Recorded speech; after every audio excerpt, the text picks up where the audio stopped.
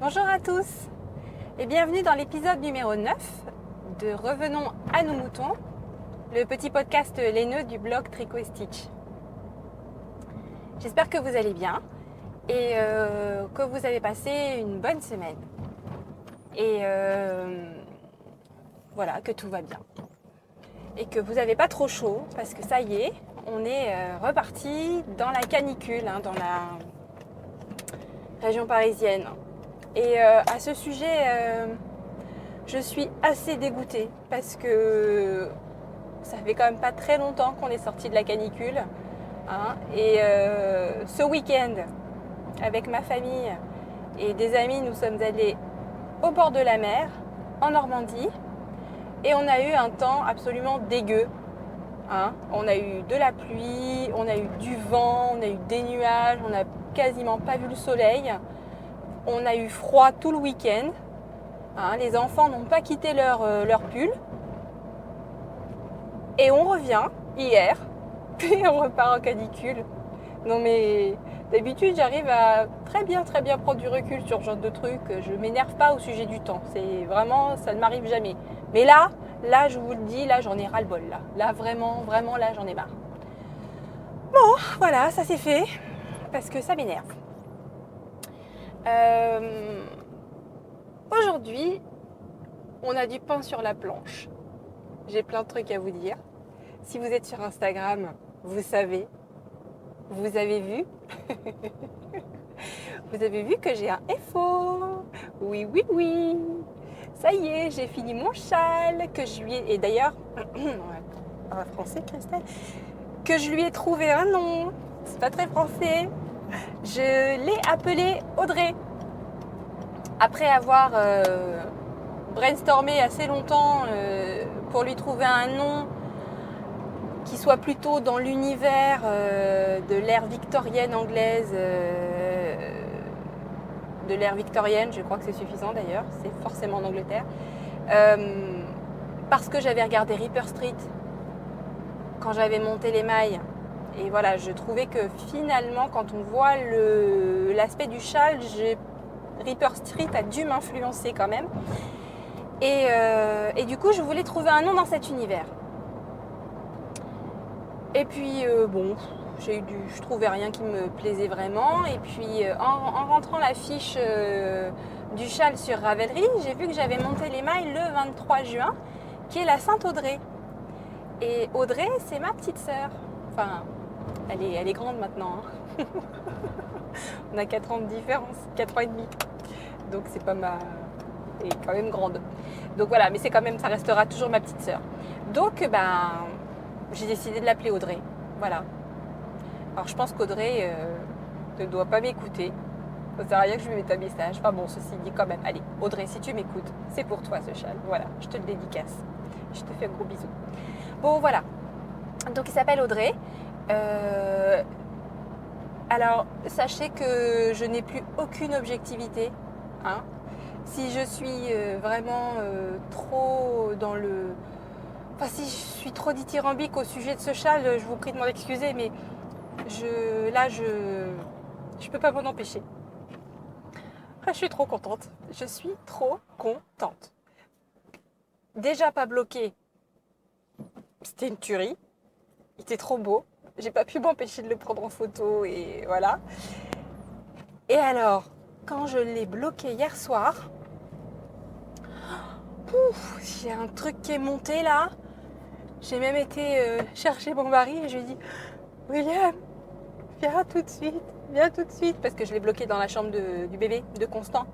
Parce que dans le salon, après, il a quand même la taille d'un mini tapis. Donc, il me fallait un petit peu de place. Donc, j'ai fait dans la chambre de Constant. Et j'ai fait peur aux enfants. Ils ont cru qu'il y avait un problème. Mais j'étais juste sous le choc. Il était vraiment très beau. Très beau. Et mon mari, avec son emphase habituelle, m'a dit « Ouais, c'est pas mal. » Mais bon, si c'est vous qui me dites c'est pas mal, je sais que ça veut dire c'est bof. Si c'est lui qui me dit c'est pas mal, c'est vraiment pas mal. Voilà, pour lui, ça équivaut à un « Ah, c'est vachement beau !» chez quelqu'un de normal. Voilà, donc j'étais contente. Et Et voilà, et je l'ai désépinglé ce matin. Il est trop beau, il est trop beau, on voit trop bien les paillettes. Il est super grand, il tombe très très bien sur les épaules. J'ai dû prendre à peu près 350 000 photos ce matin et j'ai pas fini parce que je veux le prendre dans plein de situations différentes et il faut absolument que je trouve quelqu'un pour me prendre en photo avec. Ça c'est mon problème, j'ai personne pour me prendre en photo. Enfin, disons que je suis un petit peu exigeante avec les photos. Donc j'ai personne qui me fasse des photos que j'aime. Enfin, ceci dit, j'ai jamais demandé qu'à ma fille et à mon mari. Donc il faudrait peut-être que j'élargisse le champ des photographes potentiels. Mais oui, il faut que quelqu'un me prenne en photo. Donc avec. Parce que j'ai envie de prendre cette pose, vous savez, cette pose de dos où on le tient juste par le bout les deux bouts du châle, les bras écartés et ça tombe dans le dos comme ça, c'est magnifique. J'ai envie de faire cette pose. Mais forcément, cette pose, je ne peux pas la prendre si je fais des photos moi-même. Ça paraît une évidence. Donc voilà, il est très très grand, il est très très beau, il est au-delà de mes espérances les plus folles, il est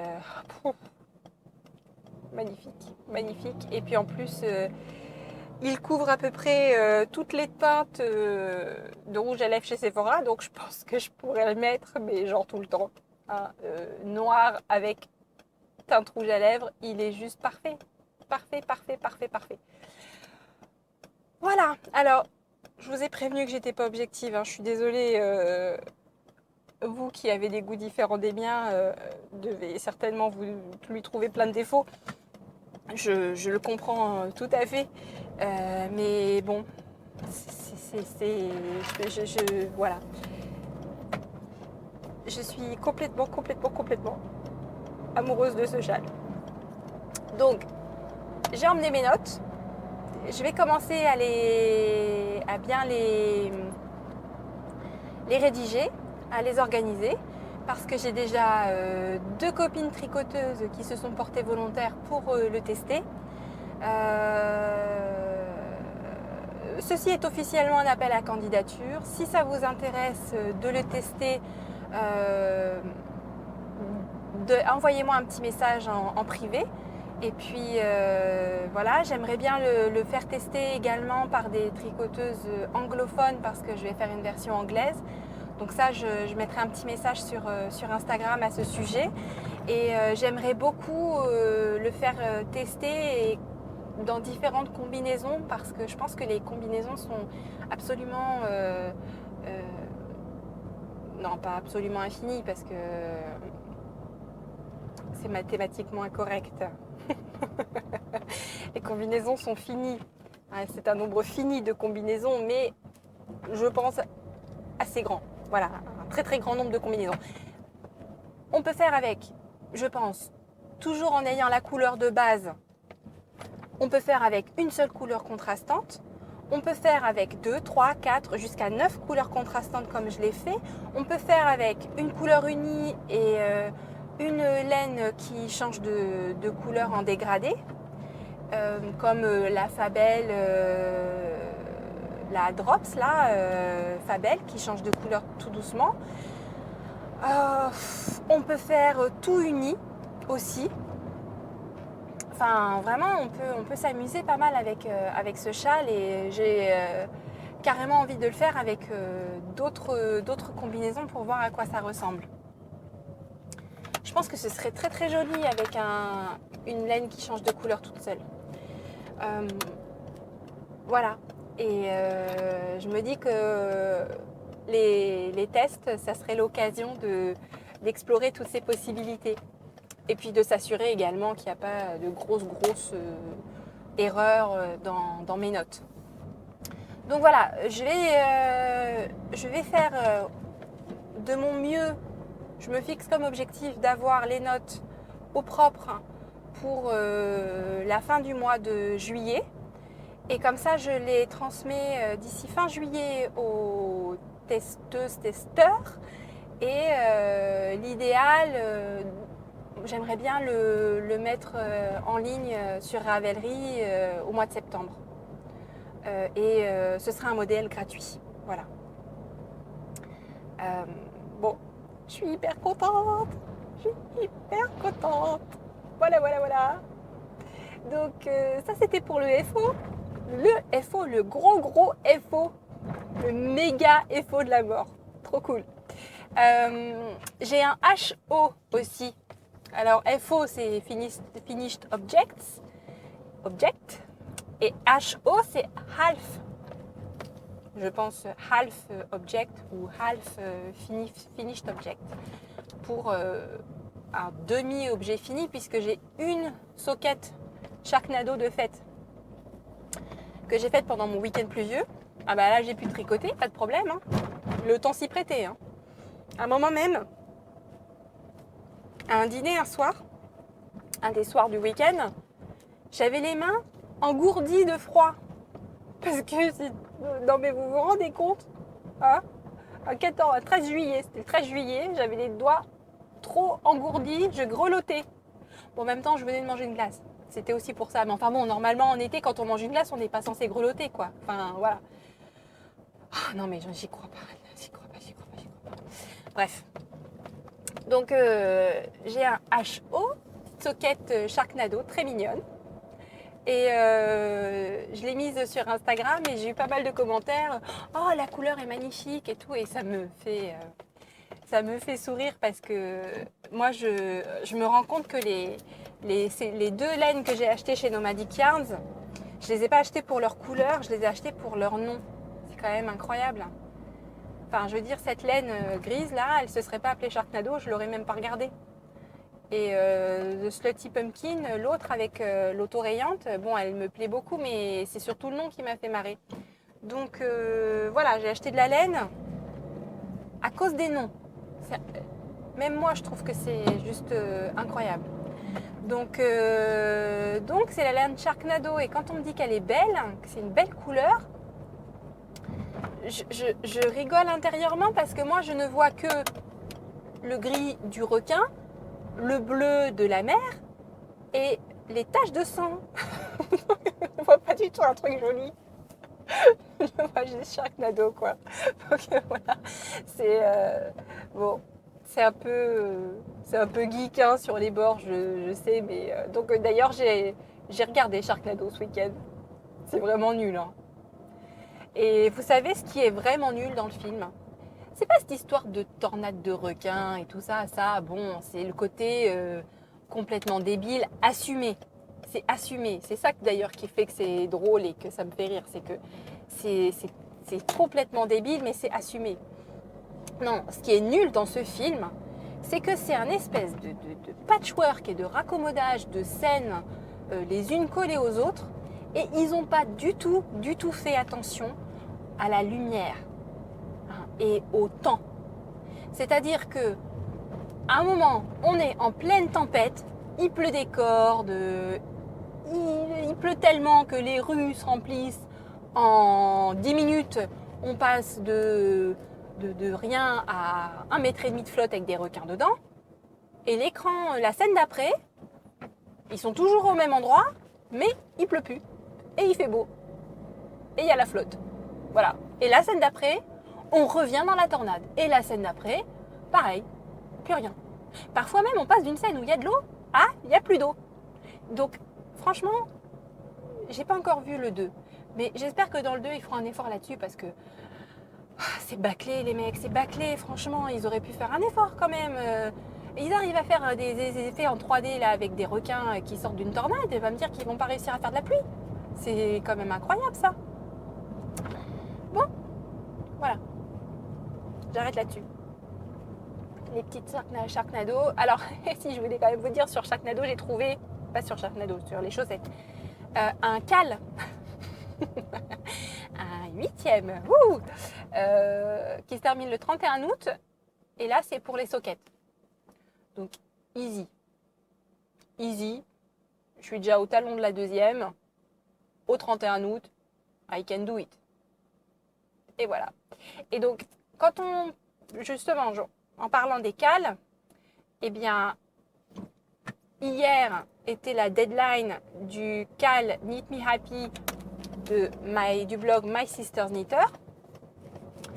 Et je vous annonce très fièrement que que j'ai soumis le châle Audrey pour ce cal et qu'il a été enregistré dans la file du tirage au sort. Voilà, ça y est, c'est fait. It's done. J'ai réussi. Première étape, j'ai réussi.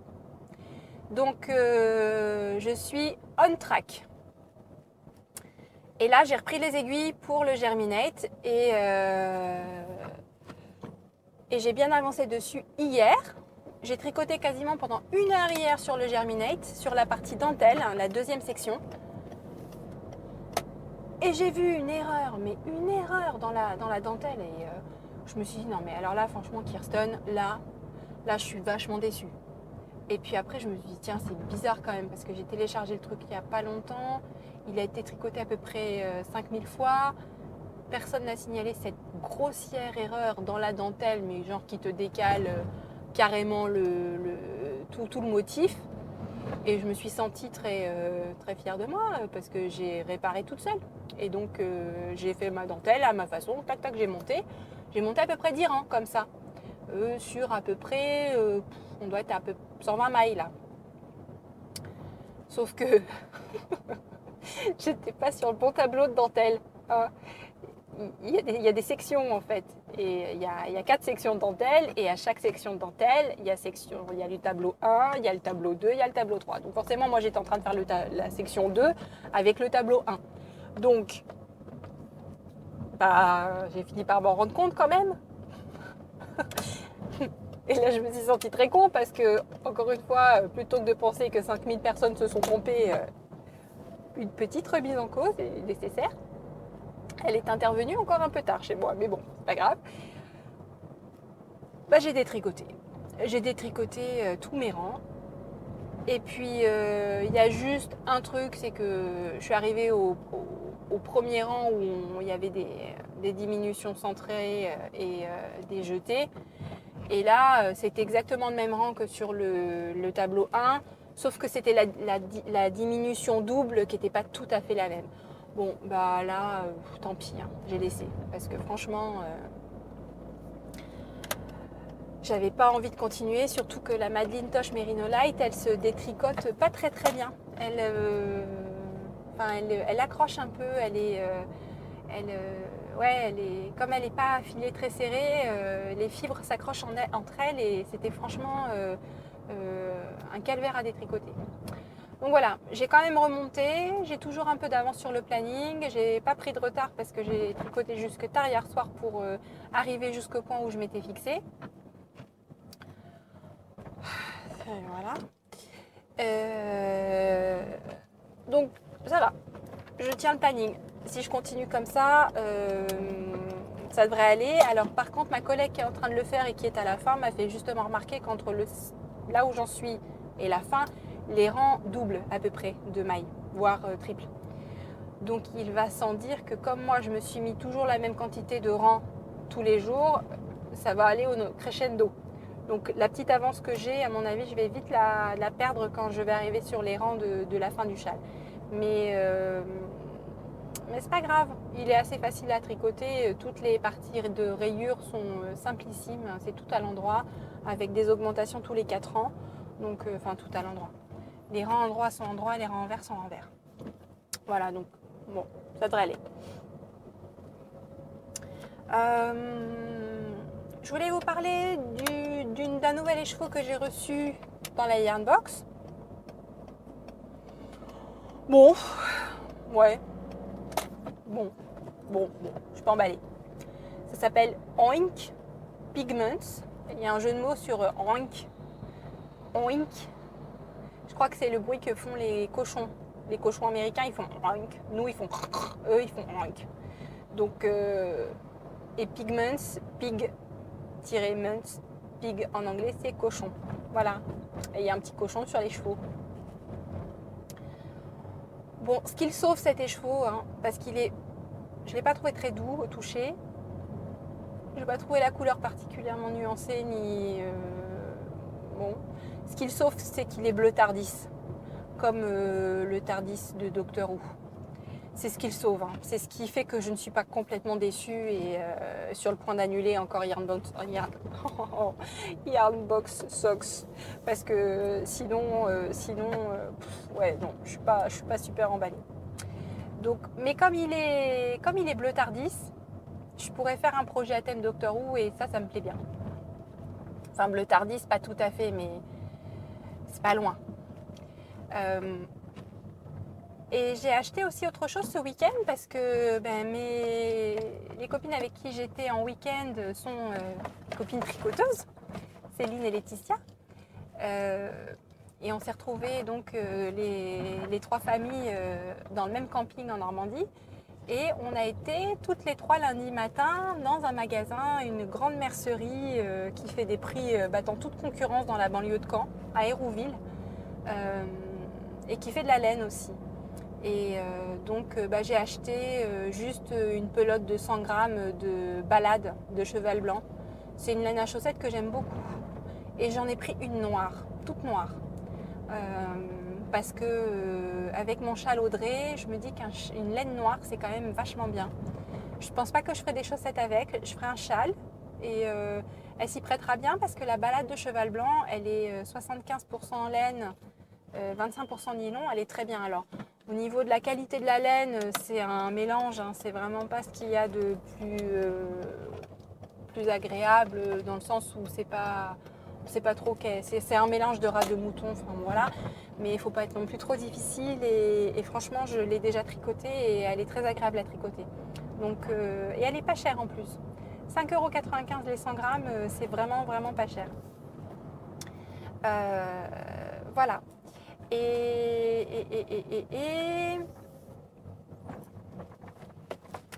du coup, je vais finir ce podcast sur une petite note culturelle. Parce que lundi, donc le 13 juillet, après la mercerie, on s'est baladé dans Caen et on a notamment été au musée de la Normandie. Et c'était très intéressant et j'ai eu deux belles surprises au musée de la Normandie en rapport avec ma passion de la laine et de la fibre. La première surprise, c'était dans les premières salles du musée, donc, qui retrace l'histoire de la Normandie depuis l'âge de pierre jusqu'à nos jours. Et dans la partie vraiment préhistorique slash jusque... non, je vais pas la qualifier comme ça. Disons que c'était entre 3e et 1er siècle avant Jésus-Christ. Donc on est presque plutôt dans la période antique, je pense. Il y avait des petits éléments qui m'ont intriguée. Des petits ronds, comme des petits donuts. Des petits donuts avec un tout petit trou au milieu. Et j'ai été regarder, en fait, ça datait donc entre 3 siècles et 1 siècle avant Jésus-Christ, et c'était des fusailloles. Alors, les fusailloles, je ne sais pas si vous voyez à quoi ressemble un fuseau. Un fuseau, c'est une tige de bois avec comme un lest, comme un donut, si vous voulez, dans lequel on enfile la tige de bois pour la lester et pour permettre au fuseau de tourner pour filer la laine. Donc en fait, ces trucs-là, c'était des fusailloles de fuseaux suspendus, très certainement de fuseaux suspendus. Donc vous vous rendez compte, ça veut dire que la technologie du filage de la laine sur le fuseau n'a pas évolué depuis avant Jésus-Christ. C'est quand même incroyable. Donc il y a ça en premier lieu qui m'a vraiment estomaquée. Enfin, je veux dire, quand je regarde mes fuseaux, c'est pareil. Et la deuxième chose, à l'étage, il y avait toute une partie sur la dentelle au fuseau. Et bon, je connais très très peu la dentelle au fuseau. J'ai des copines qui se sont lancées dedans, mais ça me paraît quand même quelque chose de très très long et très complexe. Et j'avais jamais vu vraiment ce que ça donnait. Et là, j'ai vu dans le musée des merveilles, mais des merveilles de dentelle au fuseau, des châles en soie absolument magnifiques. Euh, c'est pareil, j'ai tout mitraillé, c'était superbe. Et il y en a un notamment, alors c'est pas le plus somptueux c'est un espèce de grand châle noir euh, qu'ils ont, enfin je veux dire ça a dû prendre des années à réaliser. Euh, mais celui que j'aime vraiment particulièrement, c'est beaucoup plus simple et à mon avis c'est peut-être pas de la dentelle au fuseau, c'est peut-être fait avec des navettes. Enfin, après, je m'y connais pas assez. Mais c'est une petite étole, une espèce de petite capeline toute simple, en dentelle blanche, qui se pose sur les épaules et qui arrive au milieu du dos. Et elle est trop jolie. Et j'adorerais pouvoir recréer ça au tricot, mais j'ai réfléchi depuis que je l'ai vu et je vois vraiment pas comment. On a l'impression que c'est presque des formes libres au crochet, où on voit pas vraiment de répétition identifiable. Et pourtant, l'ensemble est très harmonieux et très équilibré, c'est magnifique. Donc, c'était vraiment, vraiment beau et j'étais contente de voir ça et très contente de voir que ça faisait partie de l'histoire de la Normandie, c'est super beau. Donc voilà, voilà pour aujourd'hui. Je regarde mes notes, mais on a tout couvert. Oui, bravo, bravo, on a tout couvert. Donc, il me reste à vous souhaiter un excellent week-end, de bien avancer sur vos projets. Et puis, à très vite pour ceux qui sont sur Instagram ou sur Ravelry. À très très vite. Et, euh, et je vous fais plein de gros bisous. Allez, au revoir!